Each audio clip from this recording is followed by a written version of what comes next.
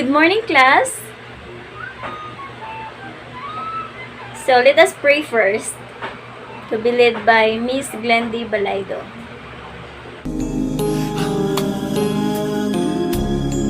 So, Miss Secretary, do we have absence for today? So, how's your day, class?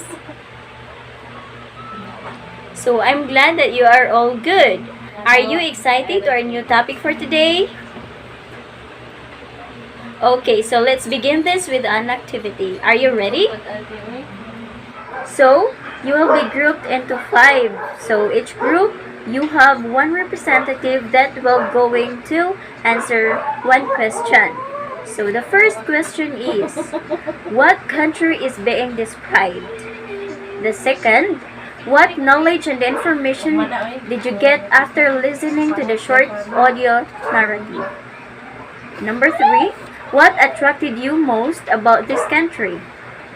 Number 4, based on what you hear, what are the most common traditions and beliefs that Egyptians still practicing right now? And number 5, do you think you have common interests, culture, or similar costumes and traditions? What make Egyptians different from Filipinos?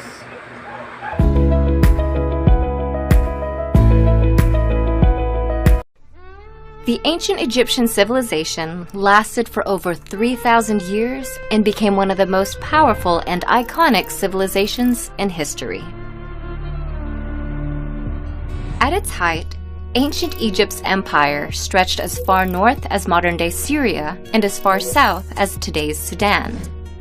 But long before it was an empire, ancient Egypt was a series of small, independent city-states that bloomed along North Africa's Nile River. The city-states were divided into 2 regions and named according to the flow of the Nile. Upper Egypt in the south, which was upstream, and Lower Egypt in the north, which was downstream. By about 3100 BC, the 2 halves united, thereby creating one Egyptian state that lasted for millennia. The reign of this civilization can be divided into 3 major periods of prosperity, called the Old, Middle, and New Kingdoms, and 2 periods of instability in between, called the First and Second Intermediate Periods. Guiding the Egyptian people was a succession of about 300 rulers, often referred to as pharaohs. Pharaoh, which means great house in Egyptian, was never the ruler's formal title. It only became synonymous with the ruling individual in modern times, thanks to its use in the Hebrew Bible. These rulers, who were not always men, nor Egyptian, were considered protectors of the people and served as divine liaisons between humanity and the hundreds of gods they worshipped. After the rulers passed away, ancient Egyptians believed they then became gods. To prepare their journey into the afterlife, the rulers constructed elaborate tombs, including the Great Pyramids at Giza and underground mausoleums in the Valley of the Kings. Rulers filled their tombs with all the items they could need in the afterlife, including gold, jewelry, food, drink, and even pets. Preparing for this journey to the gods also involved mummifying one's body. The deceased's corpse was embalmed, wrapped in hundreds of yards of linen, and placed inside the tomb so the body could be reanimated in the afterlife. To this day, structures like the Great Pyramids are a testament to the role of religion in ancient Egyptians' lives. But they also represent the innovative and cultural might of the Egyptian people. Innovations in mathematics and written language in particular propelled their civilization to success. Math, specifically measurement mathematics, helped Egyptians understand and harness their world with numbers like no other civilization had before. They developed a new form of measurement called the cubit. It was used to design massive structures, such as the Great Pyramid, with remarkable geometrical precision. The Egyptians also measured time.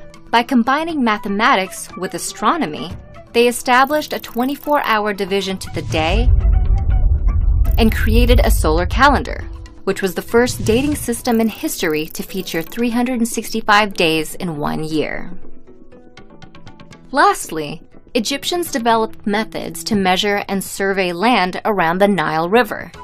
These civil engineering feats made way for the construction of dams, canals, and irrigation systems that helped farming and agriculture to flourish in the Nile Valley. In addition to mathematical concepts, the ancient Egyptians also created written languages to describe the world around them. The oldest and probably most well-known of these is hieroglyphic writing.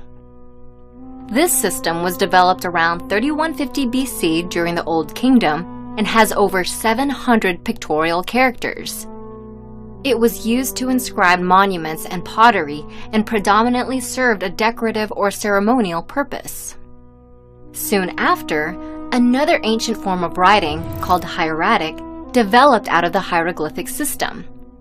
It was a form of cursive that was written in ink and served a more functional purpose.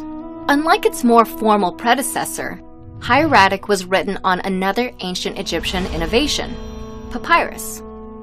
Papyrus was a type of paper derived from the papyrus plant, which grew plentifully along the Nile River. This medium gave the ancient Egyptians a new avenue of communication and record-keeping that allowed their civilization's administrative skill to grow and their culture to spread for thousands of years. As with all great empires, ancient Egypt came to an end. It was eventually conquered after a series of invasions, including those by the Persian Empire in the 4th century BC and the Roman Empire around 30 BC. Not many civilizations can claim a lifespan of over 3,000 years, let alone one that made vast cultural contributions that still resonate in modern times. Ancient Egypt, with its linguistic and mathematical innovations, spirituality and religion, and extensive political and military might, set a high standard for all civilizations that followed. Okay class, I guess you're able to answer the questions since you really listened to it intently. Okay, so please share your ideas and answers. Let's start with group 1 please. Followed by group 2 and the rest of the group.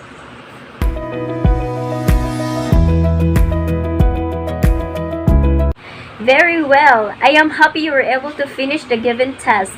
You have brilliant minds for sharing in front what your observations and answers are.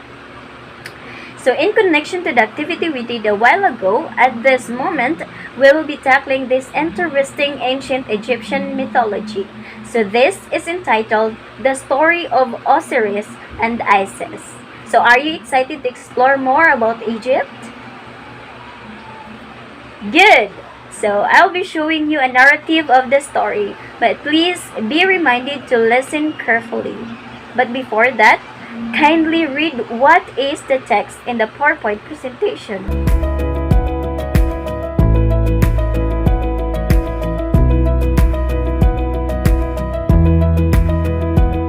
So, do you have any questions about this? Is it understood? Okay, since none, we will proceed to the film showing. I know you have questions there, but hopefully it will be answered throughout the discussion.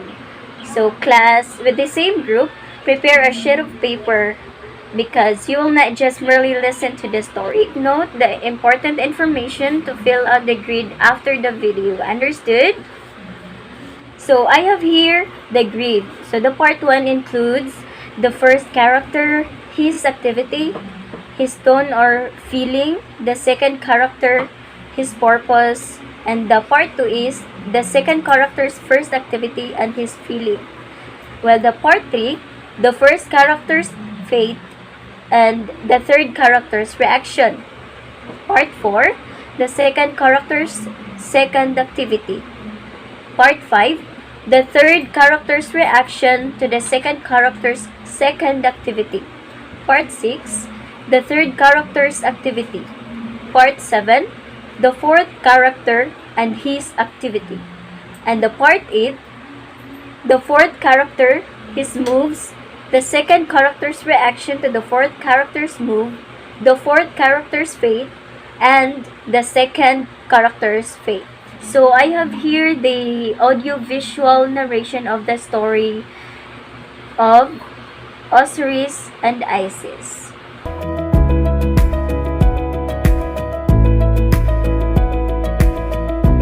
Isis and Osiris, the first love story in history. Hello, my name is Isis, and I will tell you my story. I live in the era of the pharaohs. We believe in the existence of the god of the earth, called Geb, and the god of the heaven, called Nut. Geb and Nut got married. Then they had 4 children, 2 boys called Osiris and Set, and 2 girls called Nephthys and me, Isis. The pharaohs believes that brothers can marry their sisters, so Set and Nephthys got married. Also, Osiris and I got married. I was so happy. I loved Osiris so much. At this time, my husband was the king who ruled the whole country. He was very fair and popular among his people. Our brother Set was jealous and very angry of Osiris because he wanted to rule the country himself, so he decided to get rid of our brother. He made a trap to kill my husband and became the king himself. Set decided to have a party and invited all the people, and the most important person is Osiris. It was a very big and luxurious party. We were surprised when Set brought a huge box, which was made in an elaborate manner. It was a golden box. Then he said it was a golden coffin, and it is a gift for anyone who has the same measurement with it. No one knew that he designed the coffin with the same size as my husband. Everyone was happy and started to lay inside the coffin to check if they had the required measurements or not. They were all depressed because no one had the required measurements except Osiris, who fitted the coffin exactly.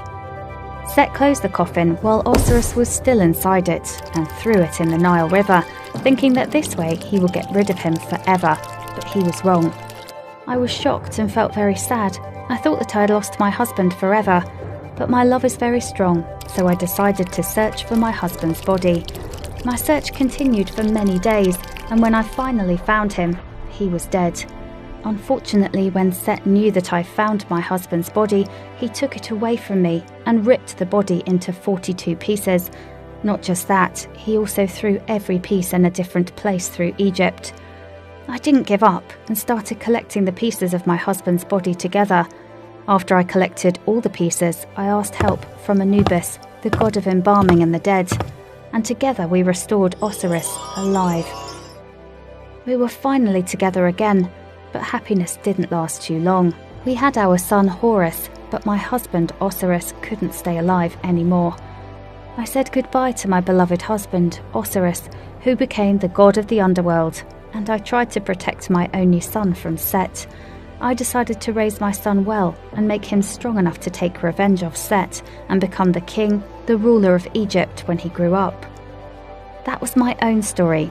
Tell me what you think about it. And if you want to hear the rest of it or similar stories, please subscribe to the channel and drop a like if this video affected you. Thank you for watching. So, how did you find the activity, class? Was it easy, challenging, and why? While listening, how did each character feel? In general, what do you feel while listening to the story? So based on your notes and answers in the information, how did you know the feeling or tone of each character in the story? And how did you know the mood of the story? So it's time for the next activity. With the same group, with the use of the information grid, retell the story you watched a while ago. So I will choose randomly what group will first narrate the story. You will just stop if I told you so. Then, the next chosen group will continue the narrating and so on. Remember to be attentive all the time. So after all the discussion, you are going to create a story map. So you need to fill in the story map appropriately with the events provided. So this includes the title and the author, the setting, the plot. The plot includes beginning, middle, and ending. And then here comes the conflict. and then the main characters and the supporting characters. And please pass after 20 minutes. So class, are we all good? Do you have any clarifications? Okay, so for your assignment, read the sentences that I will provide and determine its tone or mood depicted. So write the letter of each sentence in the box.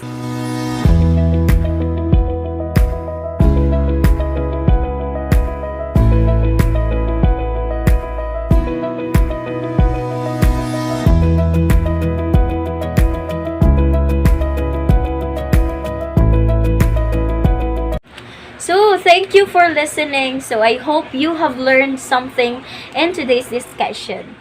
Goodbye and God bless.